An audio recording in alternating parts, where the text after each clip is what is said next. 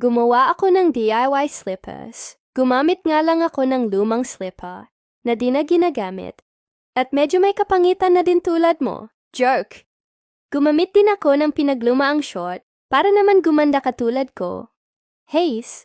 At syempre, sinukat ko nga ito sa paa ng anak ko. Alangan naman sa'yo, charot. Naisipan ko ngang gumawa na lang. Kasi nga naisip ko lang na may isip pala ako ha ha ha. Minekos-mekos ko nga hanggang sa mabuo. Sana all nakabir, jerk. At ayan na nga, tapos napasayaw pa nga. Kaso naman, lumalampas ang paa nitong batuta na to.